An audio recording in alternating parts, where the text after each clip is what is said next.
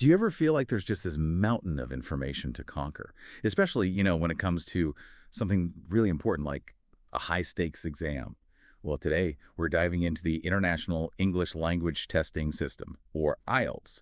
And this isn't just like another test. It's genuinely a gateway maybe to academic pursuits, career moves, or even international migration for some of you. It really is. And our mission today is to cut right through that mountain of info. For you, our listener, this deep dive is sort of custom tailored. We're focusing on how you can approach IELTS prep effectively, whether we've got, say, a month, a week, or maybe just a few days left.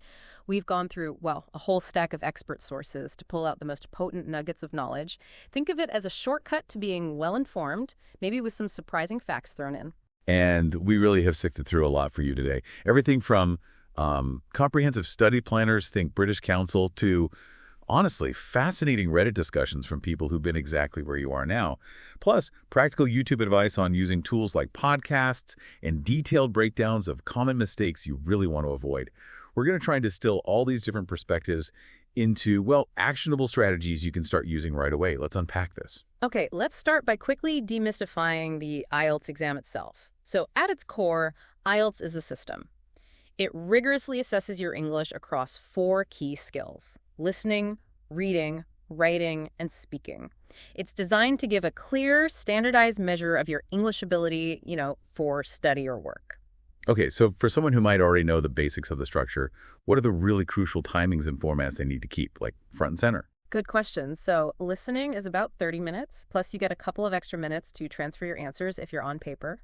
Reading and writing, they each demand a full 60 minutes, really focused effort there. The speaking test is shorter, more dynamic, about 11 to 14 minutes, and that can be face-to-face or increasingly via video call with a certified examiner. Oh, and another key thing to remember is the flexibility. You can take IELTS on paper or on a computer. That choice, it can definitely influence how you prepare. Right. And I understand the exam is designed to really put your English skills. You mentioned it assesses up to band 9. Mm-hmm. What does that actually mean for someone maybe not deep into the scoring system? Like, how good is band 9? Band 9 is the absolute top. It signifies expert-level proficiency. You're essentially fluent, highly accurate. You get all the nuances of English. The real challenge, though, is that the exam is built to differentiate all levels right up to that band 9. Huh? So, yeah, being fluent in English is a great start, a fantastic foundation, but honestly, it's usually not enough on its own. You absolutely have to understand the specific task requirements for each section, and crucially, what the examiners are actually looking for in your answers. Think complex grammar, a wide, appropriate vocabulary range. Yeah. It's about how you show your skills within their specific framework, Understood. So it's not just fluency, it's strategy. Got it. With that challenge in mind, let's talk study strategy. The British Council's 5-week guideline often comes up. Is that like a strict plan, or is it more flexible? Oh, it's definitely flexible. Think of it more like a recommended roadmap. You can and probably should adapt it to your own needs. The real power is in tailoring it, maybe focusing more on skills where you feel weaker, or adjusting the daily routine based on how much study time you actually have. And honestly, for most of you listening, your IELTS prep didn't just start now. It probably began way back when you first started learning English. This framework just helps structure that final targeted push. That's a really helpful way to think about it. So when someone's ready to properly dive in, what's the absolute first step you'd recommend based on all the advice out there? The absolute first step, take a practice IELTS test. Seriously. It's so crucial for understanding where you stand right now, your current level, your strengths, your weaknesses. You can find sample questions and free practice tests pretty easily online. And if you're planning on the computer test, definitely take a specific familiarization test for that format. It feels different. A top recommendation we saw pop up a lot was the IELTS Prep app.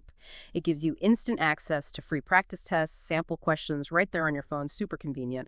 Beyond that, there are valuable materials like textbooks, past papers, China IELTS is often mentioned, or there's the online program Road to IELTS, which is quite comprehensive. All right, let's get into the nitty-gritty now, section by section. Let's kick off with listening. Lots of people struggle here, right? Maintaining focus, keeping up with the speed. What are the core skills tested, and maybe is there a surprising technique to build that stamina? Yeah, listening can be tough. You'll face different scenarios. You're basically tested on identifying key info, understanding opinions, how people support their points, grasping the speaker's attitude, and getting the main ideas. For example, part 1. That often involves pulling out key details, names, times, dates, prices from pretty standard everyday conversation. But then parts 3 and 4, they ramp it up. More academic discussions or monologues. You need a sharper ear there for complex details and opinions. That sounds like a lot to track under pressure. So what are some of those expert tips that maybe go beyond the obvious listen carefully? Okay, here's a crucial one, often overlooked. Before the recording even starts, always use that little bit of silence to read the questions first. Predict answers, focus on keywords. That few seconds, it's gold. And look, it's natural to panic if you hear words you don't know, but try not to. Focus on the overall message. You often don't need every single word to get the answer right. Here's a specific trap examiners sometimes use: spelling. Practice spelling tricky words, especially names and numbers, like distinguishing 14 from 40 by sound. That can surprisingly boost your score. It shows precise listening. And always, always double-check the word limits for your answers. Such an easy mistake to make, losing points unnecessarily. That spelling tip is great. Now, among the strategies for listening, our sources pointed to something often overlooked but really powerful: podcasts. How can you actually leverage podcasts for IELTS prep? Yes, podcasts, they're fantastic. Seriously good for building listening stamina because you're exposed to real-life English. Different accents, intonation, natural speaking rhythms, all of it. And here's the trick. Many podcast players let you change the playback speed. Challenge yourself. Try listening a bit faster sometimes. Then, when you go back to the actual IELTS listening test speed, it can feel, well, almost super slow and much easier to follow. Like training with weights. Exactly. It's like training with weights. The actual lift feels lighter. It's a brilliant way to build your language intuition, picking up real vocabulary and grammar in an engaging way. Okay, so after honing our precision in listening, let's shift gears to reading. This often feels like a real race against the clock, doesn't it? What are the key strategies to win that race, especially with those dense academic texts? It definitely feels like a race, no doubt. The reading test, you've got 3 long academic passages. Think journals, newspapers, books. And 11 to 15 questions for each passage. So that's 40 questions total and only 60 minutes, which means, timing is absolutely critical. You've got roughly maybe 1.5 minutes per question. If you can't find an answer quickly, just move on. Don't get bogged down. Okay, move on. Good advice. And what about tackling the different question types without reading every single word? What's the secret there? Is there one? The secret, if there is one, is really mastering skimming and scanning. Understand the question first, then quickly scan the text to find the relevant part. Don't try to read the whole passage word for word. You just don't have time. For gap-filled questions, copy the words exactly as they appear in the text. And double-check your spelling again. Here's a key insight. Correct answers often use synonyms or paraphrase sentences from the text. They won't just repeat the exact same words usually. This really highlights why a broad, flexible vocabulary is so important, not just memorizing definitions, and beyond test tricks. Just consistently reading a variety of English texts, newspapers, blogs, books, maybe 20, 30 minutes a day, and talking about them. It builds that essential vocabulary and comprehension muscle. Right, active reading. Now, for the writing section, this is where I think many test takers feel the most anxiety. What are the core parts of Task 1 and Task 2? And what are examiners really looking for? Structure, coherence, that kind of thing. Yeah, writing often causes stress. It has 2 distinct tasks. Task 1, you should aim for about 20 minutes, minimum 150 words. Here, you'll describe visuals, graphs, charts, maybe a process diagram. And the key insight here, often missed. You must write a clear overview in your introduction. Start it with overall. That signals your main takeaway right away. And if you're describing a process, use the passive voice. It's standard for that task type. Task 2 is the essay. You get about 40 minutes for this, minimum 250 words. You might need to give an opinion, discuss both sides of an issue, or maybe talk about causes and solutions. For Task 2, a clear introduction is vital. Rephrase the topic, state your position clearly. It sets the stage for your whole argument. Okay, and the assessment criteria. What's the framework they use to mark these? Good question. Both tasks get marked on 4 equally weighted criteria. First, task response, basically, did you answer the question fully? Second, coherence and cohesion, is it well organized? Do your ideas link logically? Third, lexical resource, that's your vocabulary range and accuracy. And fourth, grammatical range and accuracy, using varied and correct grammar. You need to perform well across all 4, not just excel in one. And what are the common traps, the pitfalls that even well-prepared people fall into, maybe without realizing? Oh, there are a few common ones. A big one is ignoring instructions, especially word limits. Writing way too much for Task 1 or not enough for Task 2, that can actually lower your score because it shows you didn't follow directions. Another is over-planning. Spending too long planning leaves less time for actual writing, leading to rushed, underdeveloped points. Paradoxical, right? Yeah. Also, make sure you cover all parts of the prompt. Some questions have multiple elements. You need to address everything asked. And finally, transition words. Either overusing them so it sounds unnatural, like you're just ticking boxes, or the opposite, not using enough, which really hurts your coherence. Finding that balance is key. So avoiding mistakes is one thing, but how do you actively elevate those writing scores? What are the top strategies? Practice, practice, practice. But specifically, practice on the official sample answer sheets. This helps you gauge if you can finish within the time limits and word counts. Focus consciously on using a range of sentence structures. Don't just use simple sentences. Think relative clauses, conditionals. Show off your grammar skills. Use effective linking words too, despite, although pronouns for referencing back. Brainstorming and planning your essays, even just a quick outline, makes a huge difference for organization and coherence. Don't skip this step. And here's a powerful strategy. Compare your own writing with model answers. They're often available at different band levels. Read the examiner comments carefully. This kind of self-assessment. It's absolute gold for understanding where to improve. Okay, last but definitely not least, the speaking section. This is often where confidence really comes into play, isn't it? How's it structured, and what are the examiners truly listening for? Absolutely. Confidence helps. The speaking test has 3 parts, all designed to assess how naturally and effectively you communicate. Part 1 runs for about 4 to 5 minutes. It covers everyday topics, work, studies, home, hobbies. Aim for maybe 2 or 3 sentences per answer.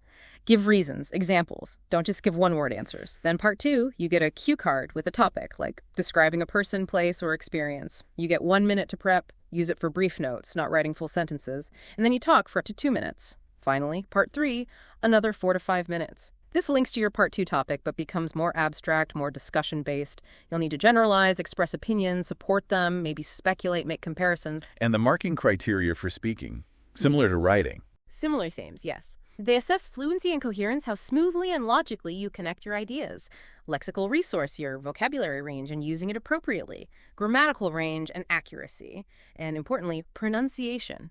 And what's fascinating here is how much impact daily habits can have. Yeah. We distilled 6 key ones from the sources. 1, speak English daily, even if it's just joining a language chat group. 2, listen actively, so important for staying on topic during the exam discussion. 3, read English materials. You naturally pick up useful phrases and grammar. 4, record yourself speaking.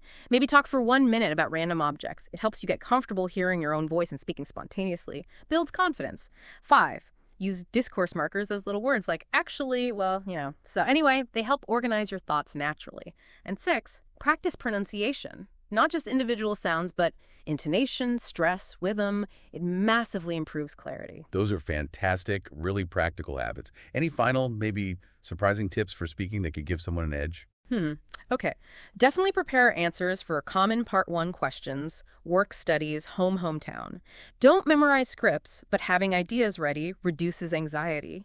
Use your personal experiences. It makes your answers sound more genuine, more expressive, and frankly, more interesting for the examiner to listen to. And don't shy away from negative opinions. Describing a film you didn't like, for instance, can actually show off a wider vocabulary range than just saying everything is great.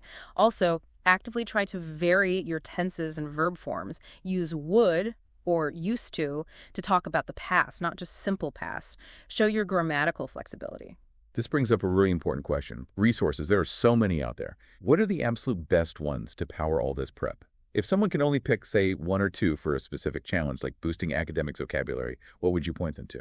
Okay, for official, truly authentic test questions, the official IELTS practice materials and the Cambridge IELTS books, especially the later volumes like 15 through 18, are pretty much non-negotiable. Each Cambridge book has 4 full practice tests. Invaluable. Now, if academic vocabulary is your main struggle, consistently using something like One Stop English for general reading, they often provide vocab lists. And combining that with regular exposure to TED Talks, which usually have transcripts you can study, that's a powerful combo. That's a great targeted recommendation. What about the official online programs from, say, the British Council? Right. The British Council offers IELTS Ready Premium. It's actually free if you book your test with them. It gives you personalized study plans, tons of practice tests, like 40 across all skills writing practice with model answers, feedback.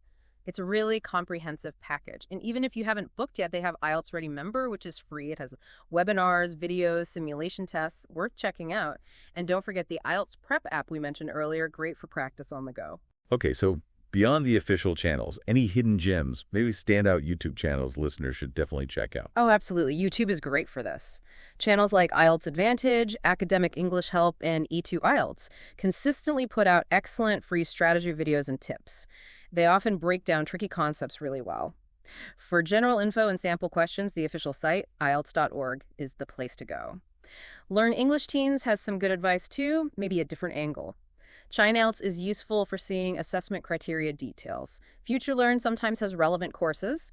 TED Talks, as I said, brilliant for academic listening practice, especially using the transcripts. And Voices Magazine has some nice reading tips too. Lots out there. Okay, wow. So we've kind of mapped out the mountain, we've climbed through the individual sections, looked at the best gear, but what's the big picture? How do you weave all these threads together for overall success? Yeah, pulling it all together. A critical overarching strategy is what you might call the mark test imperative. You have to take full-length IELTS mock tests frequently, especially, say, at least 3 in the final week before your exam, and do them under strict timed conditions.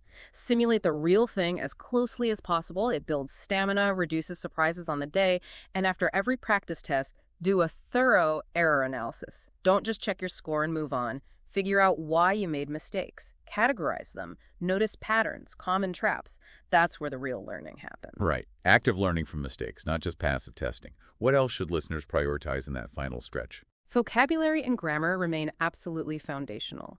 Keep expanding your academic vocabulary. Keep reviewing grammar rules. They underpin everything, especially writing and speaking. Master time management. Practice, practice, practice within the time limits for each section. That's often where easy points are lost. And maybe most importantly, prioritize your well-being. Seriously. Don't stress yourself into oblivion. Take breaks. Eat well. Get enough sleep. A fresh, calm mind performs so much better on test day. I know a lot of listeners might be wondering, can I really do all this on my own, self-study, or do I absolutely need formal classes? That's a fair question. And yes, self-study is absolutely possible. Many students achieve high scores using just the kinds of resources we've talked about today. They're readily available. However, if you find yourself hitting a wall, like you're stuck at a certain level or you just need that extra guidance and feedback, then yeah, a crash course or getting some expert input can provide that invaluable targeted push. It's really about knowing yourself and when to ask for help to reach your specific goals. Okay, so today we've really taken a deep dive into the IELTS exam, hopefully uncovering a more systematic way to prepare. We've looked at understanding what each section demands, common pitfalls to avoid, how to leverage some powerful resources, and even daily habits to help lift your scores. The journey to a higher band score really seems to be about that focused effort, using smart strategies, and maybe a bit of self-awareness too. Definitely. And maybe here's a final thought to consider. Beyond just the immediate goal of your IELTS score, think about how actively applying these strategies like critical listening, precise writing, confident speaking, how could these skills actually transform your everyday interactions, your learning, long after the test day is just a memory?